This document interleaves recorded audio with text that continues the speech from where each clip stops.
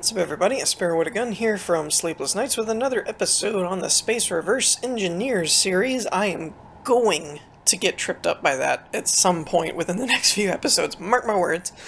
So we're starting things off today with the Revelation Assault Carrier. Now, a couple reasons I picked this one, mainly because it was recommended to me by the builder through my Discord server, but also because I didn't really have a whole lot of other submissions or anything to go by either from the comments and stuff on the last video. So, on this video or on my Discord server, I would encourage you to either post the names. You don't have to do the workshop files necessarily unless it's something that I didn't feature on the inspiration series or something like that.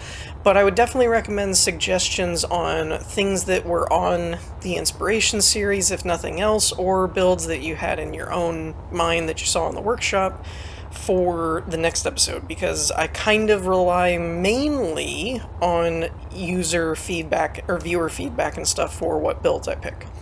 That said, I did also set up the Discord room or channel for the Reverse Engineer series, so there should be an actual spot for you to post your submissions on Discord now, instead of just using the YouTube comment section, which is a little bit easier for me to sift through and find what I'm looking for than the comment section, because it's the YouTube comment section. Anyway, so let's get right into this. This is obviously an assault carrier type ship. We can kind of see the hangar's projected doorway there.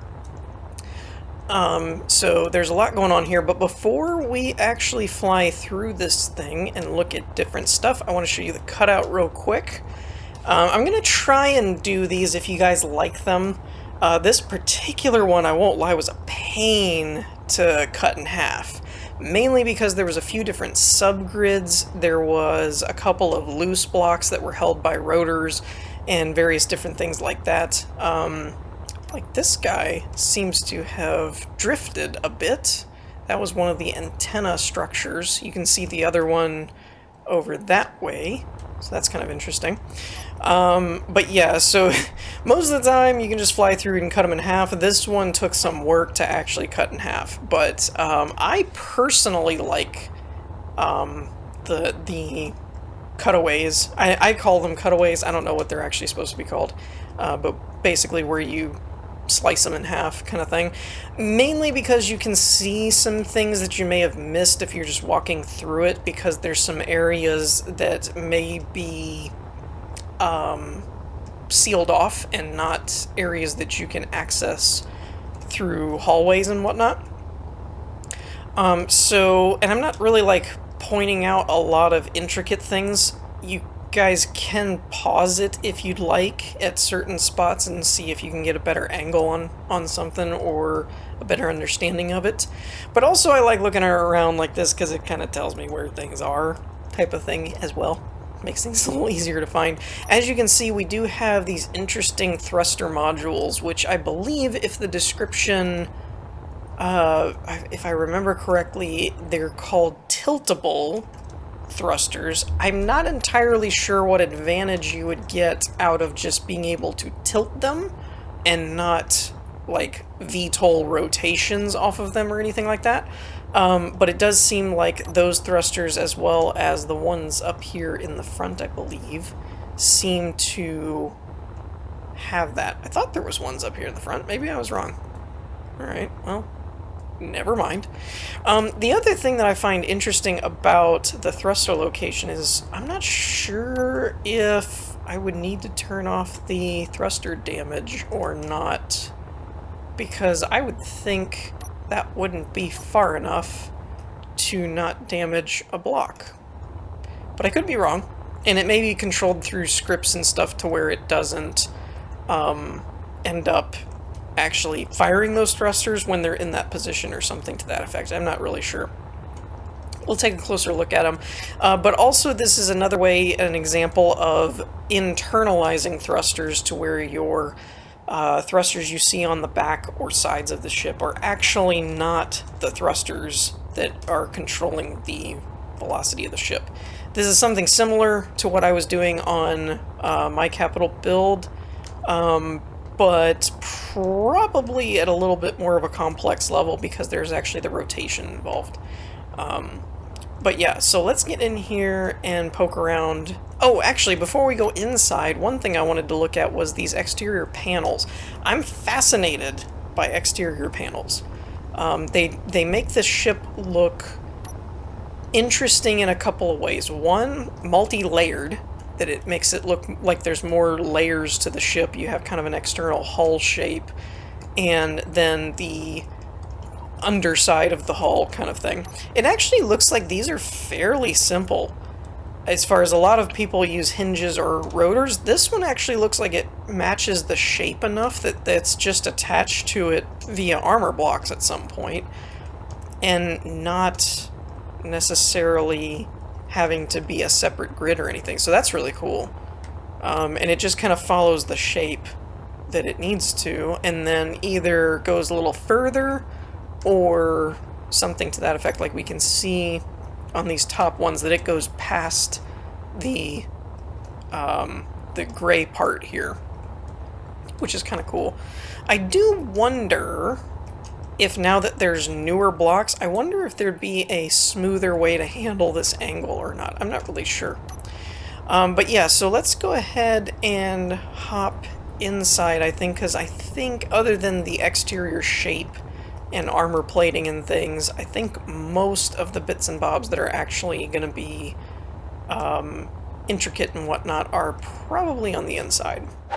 Alright, so one thing I wanted to note real quick that I just noticed was that apparently either something I missed from the cutout, or I just didn't see it, or it was deleted or something like that, I'm not sure, but there are actually little vents or cutouts, if you will, for the thruster damage, and I guess the side ones are further up here in this compartment, so that I was looking back over here and I didn't see any, so I was like, well, wait a minute, how's that work?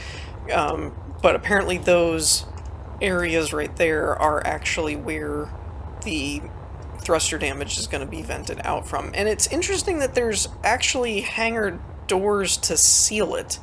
I'm not entirely sure why you would ever seal them. But yeah, there's a lot of interesting stuff inside some of this that I'll admit I don't entirely know its purpose. As far as like this, there's merge blocks with connectors, or conveyors, sorry, and rotors and things to keep everything. I'm assuming that this is to keep everything oriented correctly for when it tilts and stuff, but I'm not entirely sure I understand the use of how you're supposed to use this to tilt them anyway, unless it's actually a VTOL system that I'm just not quite getting. But yeah, so I'm not sure I can demo how this works, because I don't really know, but this is a really intricate setup here. So there's a merge block there. Now this is gonna, actually, you know what, let's just try and figure this out. That's kind of what the point of this series is anyway, isn't it?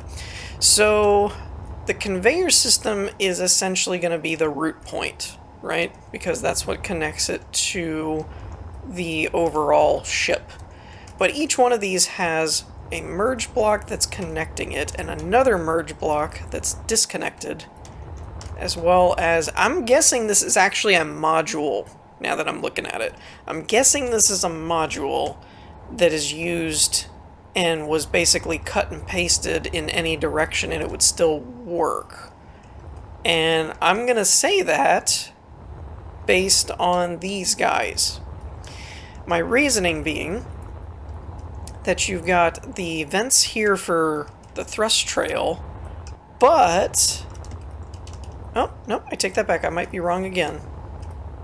Turns out this is a much smarter design than I was originally giving it credit for, because it's actually got cutouts allotted for that, so never mind. But yeah, so I'm still kind of leaning towards the idea... actually, you know what? Let's see if we can find some kind of control that rotates them or something like that. Alright, so I think the easiest way to do this, because I couldn't actually find like a button or anything, is that I'm up here in the bridge, but I got a spectator camera in the thruster room. So we're going to, let's see, if I look at this screen thing, we've got tilt engines as 1. So we're going to take control of the ship with the remote block. And then we're going to go back into spectator, turn the lights on. Nope. Need to be an actual movement spectator. There we go. And whatever. We're going to start. And let's see how this works. Definitely getting a little bit of a jumble or a sim speed issue at the moment, by the way. So, okay, so that detaches, and then these rotors are going to rotate it around until it aligns with that one, and then it's going to reconnect to that merge block. That's interesting. What I can't quite figure out, and that's going to turn on after a certain amount of time, I'm assuming. Maybe. There we go. That's really cool. Oh, everything's merging. That's why I was like, my controls weren't working for a minute. I'm kind of just stuck. So I think it's all of these different thruster modules merging up. So that's kind of an interesting thing. What I can't figure out is what it's doing exactly. It looks like it's shifting everything to vertical thrust, is the look that I'm thinking. So that's actually really cool, especially if you were using something like atmospheric or, more importantly, hydrogen engines, or thrusters, I mean, because, yeah, all of them are pointed down, so that actually shifts everything to vertical thrust, or more specifically, upward vertical. I mean, I guess you could rotate the ship around and do that, but it doesn't. Anyway, the only thing that I find intriguing about this, or rather confusing, is that the only time I can think of where you would really need full upward thrust is to break an atmosphere, but ions wouldn't really work in an atmosphere that well anyway. So, I mean, I guess it's there, you could use it for if you started to get pulled into an atmosphere or something like that. Now, one thing that's interesting to me as well, we're going to actually redo this, because I want to see the one side up at the front was kind of like up and down, or side to side or something. That didn't really surprise me all that much. What I'm curious about is the... Okay, so that goes to vertical, so those are there. These go... Where are these mounted at? They're here, and that's going to point in reverse. And then these are rolling from side to side. So they're all... Basically, these are set to like 90 degrees on one side. These are set to 90 degrees on the same side because they're pointing from down to up. And then these are doing like a 180, it looks like, from down to up. Again, the one weird part, though, is I want to check once everything starts moving again, because everything gets hung up when all these grids are merging, is unless there's somewhere else, I don't see any downward ones. I think there are some other...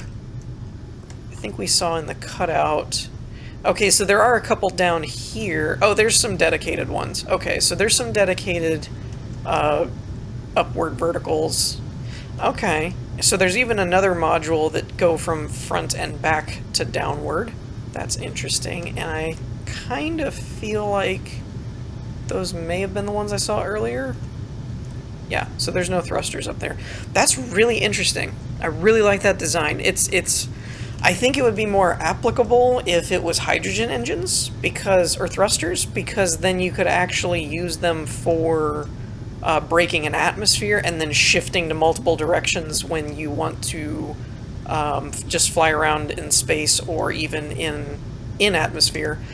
But it's still a really cool idea and actually looks super complex, but in practice it's really not, if I'm making sense of it, because building the module and setting up the timers and stuff would take some work, but essentially it's sets of having them set to a merge block and then be on rotors and rotate down and lock to another merge block.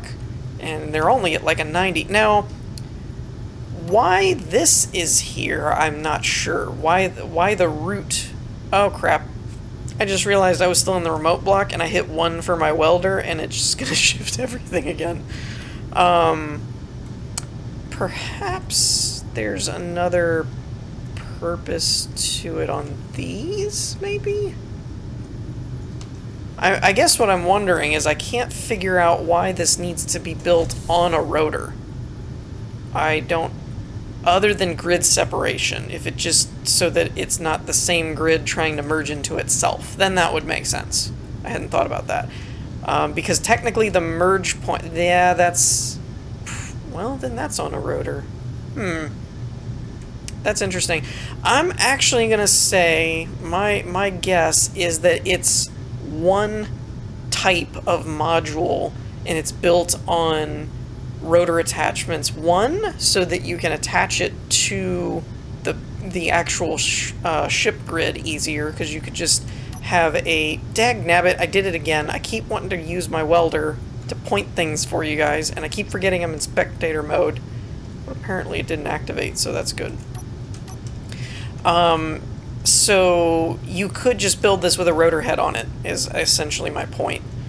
And then when you either paste this in or blueprint it, you can just dock it to that rotor. But then this rotor here, combined with this kind of connection, would allow you to orient them however you wanted. So that's a really well done idea, I think.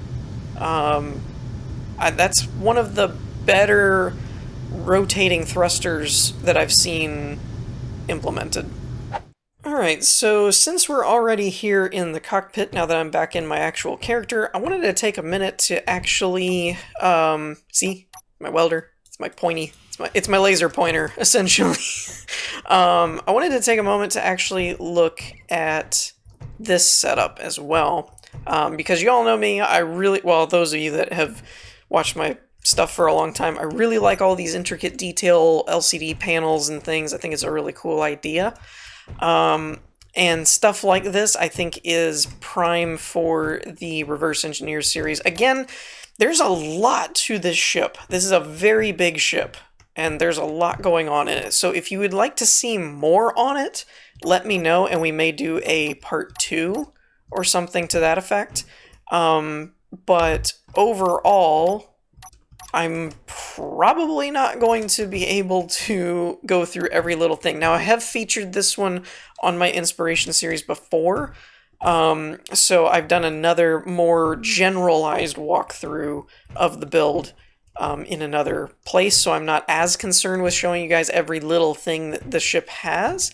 But if you think that there's more things that we could explore in it, or you'd like to further examine it, then let me know. Otherwise, like I said, post things on either the comments of this video or the Discord server for the Reverse Engineers room, and let me know some other builds you may want to have looked at. So essentially, this is not actually all that complicated. Whoops. This is actually not all that complicated. It's intricate and it's detailed, but it's not all that complicated. So this uses the trick that we talked about in the last episode, where you can put a small head on a large grid rotor, and then you've got a small grid to work with. And so essentially, this is just building a frame that's kind of subtle, and it looks like half blocks, I believe, so that it keeps a low profile. Now, one thing that I really think was a smart idea on this is putting it behind the entryway, because in doing this, you never really see from this angle the blocks that start the grid. And even from this point of view, at a glance, the colors blend in and stuff. So it's done well. Now, this ship was built relatively a while ago, not super long ago, but if my memory serves, before the collision update. So I would be curious. Actually, you know what? We're gonna try it. I wondered if you could actually do full blocks here without... I don't know if it's gonna cause some kind of clanging or not. But I am interested, because of the new collisions, if you could get away with a fully sealed ring here so that it would be even less noticeable. Not that it was noticeable before at a glance, but it's still an interesting thought. And you could even use blast door blocks too, if you wanted to. If you were really wanting to make sure this was well hidden. I'm not going to delete that block there, just because that would kind of ruin the connection type thing. At least for the one. I'm going to leave that alone, because that's harder to get to, and I would have to delete some things. So, with the new collision update, you could even do something like that, or blast door blocks. But like I said, this was done a little while ago. Now, I take that back. I don't know if you could do blast door blocks here because of what we talked about in the last episode with collisions being what they are. So that would be that block, because see, this is what I was talking about. If you placed it here, it's no different than a solid block. But if you tried to place it where you're getting an advantage over, or for that, with that collision mesh being different, then you can't actually attach it, which in all honesty is probably why the builder went with half blocks here. And only now with the collision update could you pull off something like this, which is really cool. And I'm glad they finally started fixing that. But other than that, it's not all that complicated in that we've got... Actually, I keep forgetting I can use the Build Vision mod for this. We've got some corner interior lights. We've got some LCD screens. One thing that I'm noticing is this doesn't... Oh, there we go. I have to open it up all the way. I was like, it doesn't actually tell me what the block type is. It just gives me the name. But anyway, so the only other complicated part is the rotors here, which is a small rotor with, I believe, the displacement cranked up pretty high into the negative. I don't know if that's max or not, but it's pretty snug. Probably to give a better profile and let you read the screens better. But yeah, this is all just a combination of half blocks, corner lights, and the corner LCD flat ones, or flat bottoms? That's an interesting naming convention. It is important to note that I'm using the blueprint version of this build. There is a world file of it, neither of which seem to be modded, because I have no mods other than some of the utility ones I use on this world. So these LCD screens and all that kind of stuff are vanilla. Just wanted to point that out. This uses one of the transparent ones for a crosshair script, and then obviously you've got all of your menu controls and things. But again, I don't know that these are actually running any script. I think these might just be manually adjusted and inputted, kind of thing. It could be run by a script. I don't know. It's kind of irrelevant if it is, because you would just equip the proper scripts to the proper names of the LCDs and you'd be fine. I know the lights are probably controlled by either script or timer blocks or something to that effect. But yeah, so that's a really interesting way and a super cool trick for getting a detailed bridge kind of readout, while also maintaining a large grid overall ship. So in the interest of time, I'm going to try and keep my episodes a little shorter at the moment, just to see how those do compared to my longer ones. So we're going to wrap this episode up here. But as I said before, if you think there's more that you'd like to see, if something caught your attention when I did the cutout view and stuff like that, if something caught your eye and I didn't mention it, or it wasn't covered in the previous inspiration episode where I featured this build, then leave a comment or a message or a comment on my Discord server and let me know that you'd like to see a part 2. Otherwise, I do encourage you guys to either post something that you've seen in the inspiration series, either recently or a long time ago or whatever. Just note that I may have featured it in Reverse Engineers before if it was a while ago. Or just something that you happen to have run across on the workshop. Either one of those would be fine. But we're going to wrap things up for today. I hope you all enjoyed. If you did, be sure to leave a like, click the subscribe button, and ring the notification bell and any other buttons you feel like pushing, because there's a lot of them. So we'll wrap things up for today, and I will see you all next time. Peace.